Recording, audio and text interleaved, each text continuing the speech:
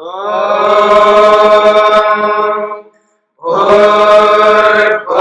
स्वः तत्सवितुर्वरेण्यं भर्गो देवस्य धीमहि धियो यो नः प्रचोदयात्।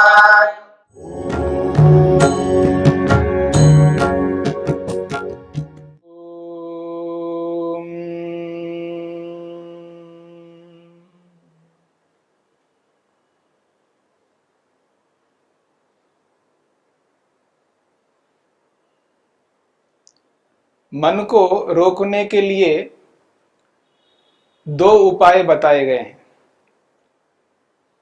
मन की समस्त वृत्तियों को किस प्रकार से रोका जा सकता है? अभ्यास और वैराग्य के माध्यम से मन की समस्त वृत्तियों को रोका जा सकता है। महर्षि पतंजलि ने कहा है, अभ्यास किसे कहते हैं?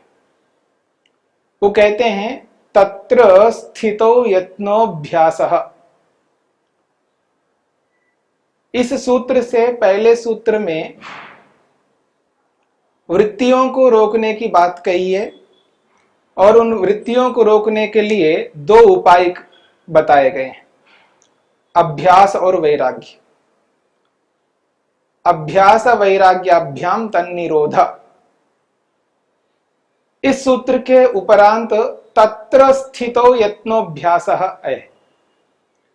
तो यहां तत्र शब्द से उन दोनों को लिया जा रहा है, अभ्यास और वैराग्य। उन दोनों में से एक अभ्यास उसे कहते हैं स्थितो। एक स्थिति के लिए, मन की एक स्थिति को बनाए रखने के लिए यत्न, जो यत्न प्रयत्न पुरुषार्थ किया जाता है, मन को एक ही स्थिति में निरंतर बनाए रखने के लिए जो कुछ भी मनुष्य पुरुषार्थ करता है, यत्न करता है, उद्यम करता है, उसे यहां पर अभ्यास कहा गया है।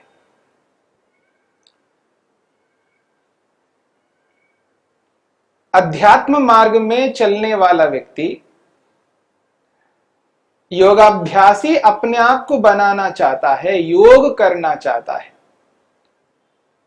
क्योंकि बिना योग किए अध्यात्म मार्ग पर नहीं जा सकते। अध्यात्म मार्ग में सफल वही व्यक्ति होता है जो योग को अपनाता है, और योग को अपनाने वाला व्यक्ति योग के माध्यम से अपने मन को पकड़ लेता है, समझ लेता है किस स्थिति में मेरा मन स्थिर रह सकता है, एकाग्र रह सकता है। उस स्थिति के लिए यहां पर कहा जा रहा है अभ्यास करना है। स्थितो, एक स्थिति के लिए, मन की निरंतर एक ही स्थिति में मन को बनाए रखने के लिए जो यत्न हम करेंगे, पुरुषार्थ करेंगे, उसी पुरुषार्थ को, यत्न को यहां पर अभ्यास शब्द से कहा है, और वो निरंतर करते रहना होगा। मन को एक ही स्थिति में बनाए रखना बहुत कठिन है, क्योंकि मन की जो स्थितियां हैं, चंचल स्थिति, क्षिप्त जिसको कहा गया है, मूढ़ स्थिति, जिसमें आदमी को एहसास नहीं होता है मैं कर क्या रहा हूं, सामने वाले कौन है, मैं किससे क्या कहना चाह रहा हूं, उसको बोध नहीं होता है। मूढ़ अवस्था जिसको हम कहते हैं, यह मन की एक स्थिति है। एक ऐसी भी स्थिति है जिसमें व्यक्ति अपने कर्तव्यों को ठीक प्रकार से निर्वाहन करता हुआ चल रहा होता है, लेकिन बीच में विक्षेप आते हैं, बाधक आते हैं, व्यवधान उत्पन्न होते हैं, और उन व्यवधानों के कारण से व्यक्ति विचलित होता है, और जब विचलित हो जाता है उस विचलित अवस्था को यहां पर विक्षिप्त अवस्था कहा है। तो इन तीनों स्थितियों में व्यक्ति रहता है, क्षिप्त स्थिति में, मूढ़ स्थिति में, विक्षिप्त स्थिति में रहता है व्यक्ति। और इन तीनों स्थितियों से हटकर के एक ऐसी स्थिति में होना है जिस स्थिति में रहने से मन एकाग्र होता है, और जो हमारा लक्ष्य है, उद्देश्य है, आत्मा और परमात्मा को जानने का जो हमारा प्रयोजन है, उस प्रयोजन को हम पूरा कर पाएंगे। तो वो जो स्थिति है मन की, उस स्थिति को बनाए रखना है और वो निरंतर बनाए रखना है। उसके लिए महर्षि वेदव्यास ने स्पष्ट किया है, जो मन की जो स्थिति है, कौन सी कैसी स्थिति होनी चाहिए। चित्तस्य अवृत्तिकस्य प्रशांतवायिता स्थिति। महर्षि वेदव्यास ने स्थिति को समझाने का प्रयास किया है।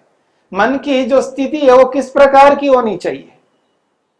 वो कहते हैं चित्तस्य, चित्त मन को कहते हैं, और वो मन कैसा हो, अवृत्तिकस्य, मन में कोई वृत्ति नहीं होनी चाहिए। मन में किसी प्रकार का व्यापार, कोई विचार उत्पन्न नहीं होना चाहिए। ऐसा विचार उत्पन्न नहीं होना चाहिए जो रूप से संबंधित विचार हो, रूप से, रस से, गंध से, स्पर्श से, शब्द से, किसी भी विषय से संबंधित कोई भी विचार मन में नहीं होना चाहिए। अवृत्तिकस्य कहा, वृत्ति रहित स्थिति को उत्पन्न करना है। यानी ये वो स्थिति है जब व्यक्ति संसार में जिन लोगों के साथ व्यवहार करता है, उस व्यवहार में वृत्ति रहती है। बिना वृत्ति के कोई व्यवहार हम नहीं कर सकते।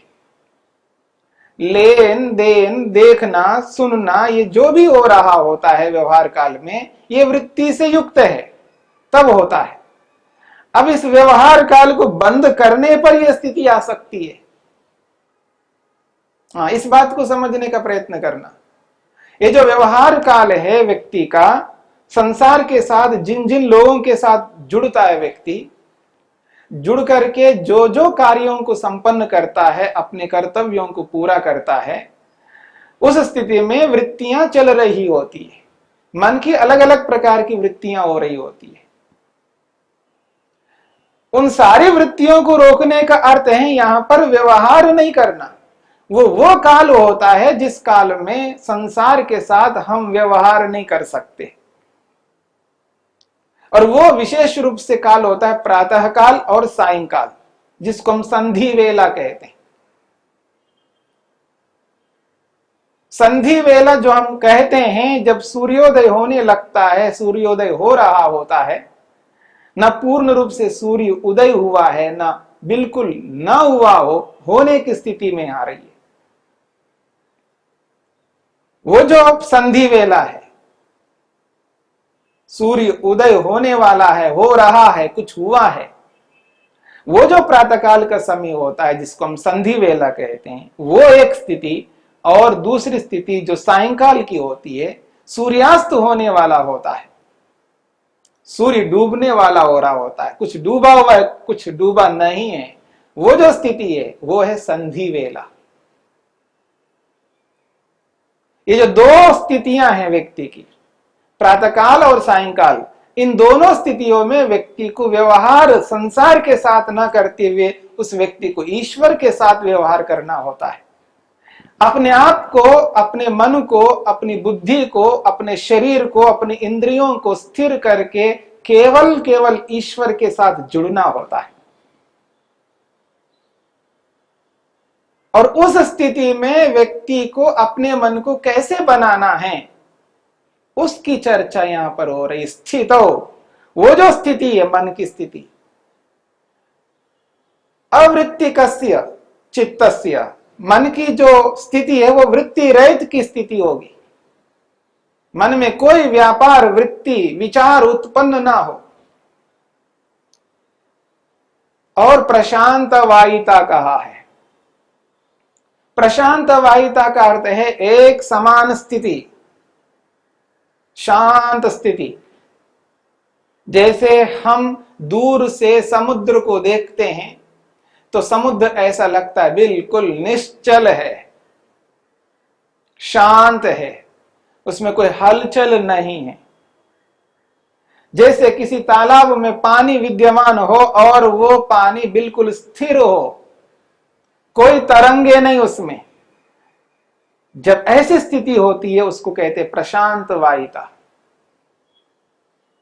मन की वो स्थिति होनी चाहिए जो शांत स्थिति हो, मन में किसी प्रकार का हलचल ना हो, न चंचलता हो, न मूढ़ता हो, न विक्षिप्तता हो। फिर क्या हो? एकाग्रता हो, एकाग्र की स्थिति होनी चाहिए। उस एकाग्रता की स्थिति में मन बिल्कुल शांत रहेगा। तो कहा जा रहा है चित्तस्य अवृत्तिकस्य, वृत्ति रहित, विचारों से रहित जो मन है उसकी स्थिति प्रशांत वायता, एक समान स्थिति, उसका नाम है स्थिति।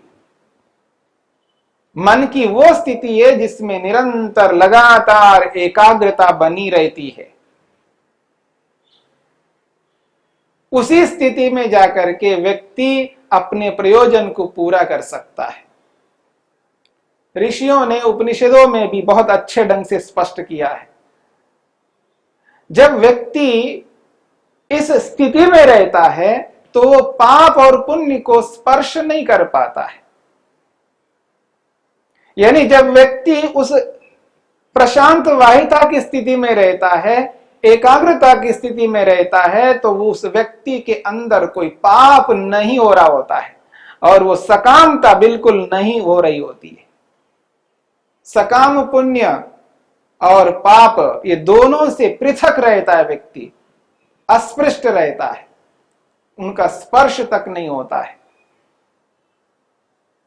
और जितने भी ऋषि हुए हैं, महापुरुष हुए हैं, जिन्होंने अपने प्रयोजन को पूरा किया है, वे सब के सब इसी स्थिति में आकर के ही अपने प्रयोजन को पूर्ण किया है। ये वो स्थिति है मन की जिस स्थिति में आकर के व्यक्ति अपने प्रयोजन को पूर्ण कर पाता है। तो ये जो प्रशांत वाहिता की स्थिति है, एक समान स्थिति है। इस स्थिति में व्यक्ति पाप नहीं कर सकता और सकामता नहीं रहती है, निष्कामता आती है। कामना रहित की स्थिति में रहता है व्यक्ति। उस स्थिति में व्यक्ति कामना नहीं कर सकता है, सांसारिक कोई प्रयोजन नहीं रहता उसके सामने, संसार उसका लक्ष्य नहीं रहता है, उसका केवल मात्र एक ईश्वर लक्ष्य होता है।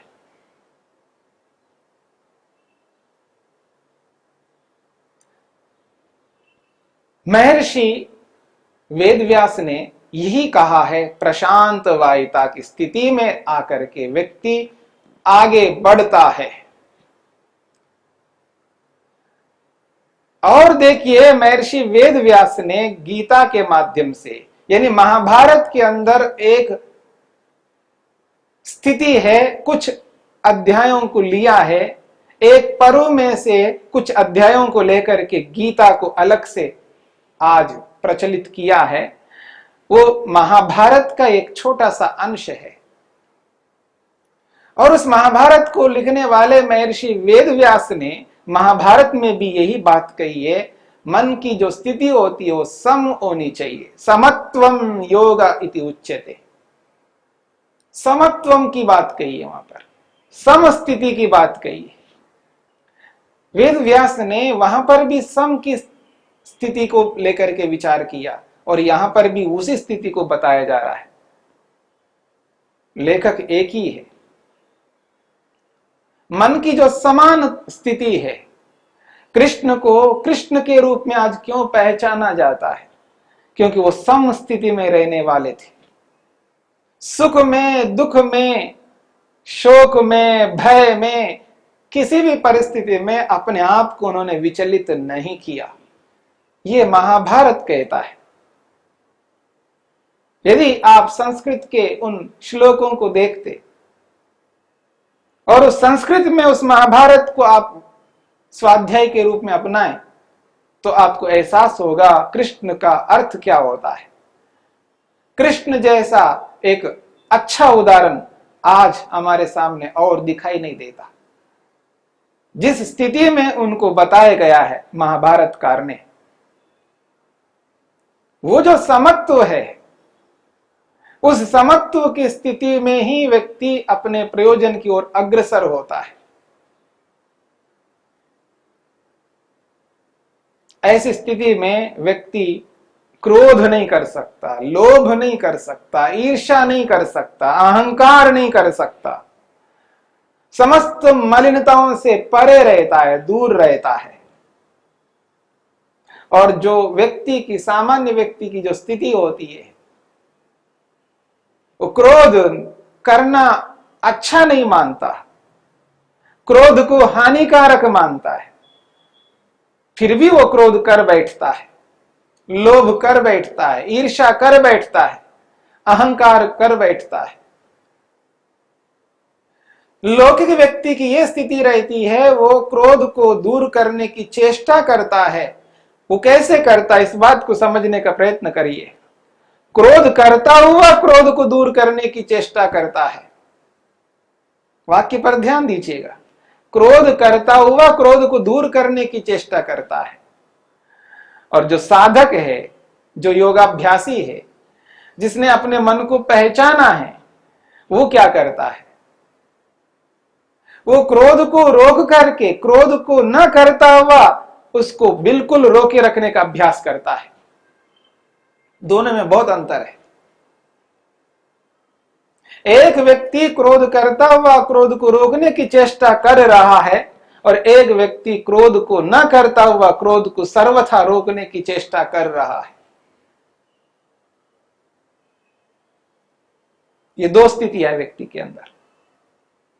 तो इस स्थिति को एहसास करना है, अनुभव करना है। क्रोध न करना, लोभ न करना, ईर्ष्या नहीं करना, ये तब संभव है जब हम अभ्यास करने लगेंगे। मन को एक स्थिति में लाने के लिए जब व्यक्ति अभ्यास करता है, यत्न करता है, पुरुषार्थ करता है, और उस पुरुषार्थ को उस रूप में करना होता है जिस रूप में करना होता है। यानी क्रोध को यदि मैं जानता हूं हानिकारक है, तो उस क्रोध को रोकना है। जब जब क्रोध आता है तब तब रोकना है। क्रोध को रोक करके आगे क्रोध न आए उसके लिए हमें यत्न करना है, पुरुषार्थ करना है। ऐसा नहीं करना है क्रोध आया तो क्रोध कर लिया, आगे नहीं करूंगा, आगे नहीं करूंगा। ऐसा अभ्यास हम जब तक करते रहेंगे तब तक क्रोध कभी रुक नहीं पाएगा। इसलिए जो अभ्यास है उस अभ्यास को यथार्थ रूप में समझना है। ऐसा प्रयत्न हमको करना है जिस प्रयत्न को करने से हमारा ये दोष, हमारे ये संस्कार जो कुसंस्कार के रूप में है, ये सब रुक जाए, तब ये अभ्यास सार्थक माना जाएगा। तत्र स्थितो यत्नोऽभ्यासः।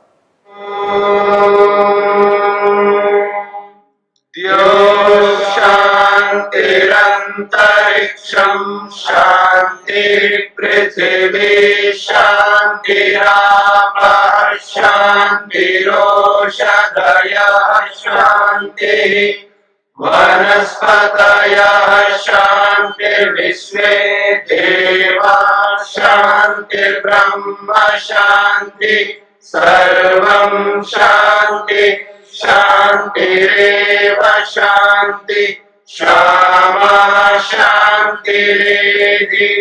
ॐ शान्ति शान्ति शान्तिः।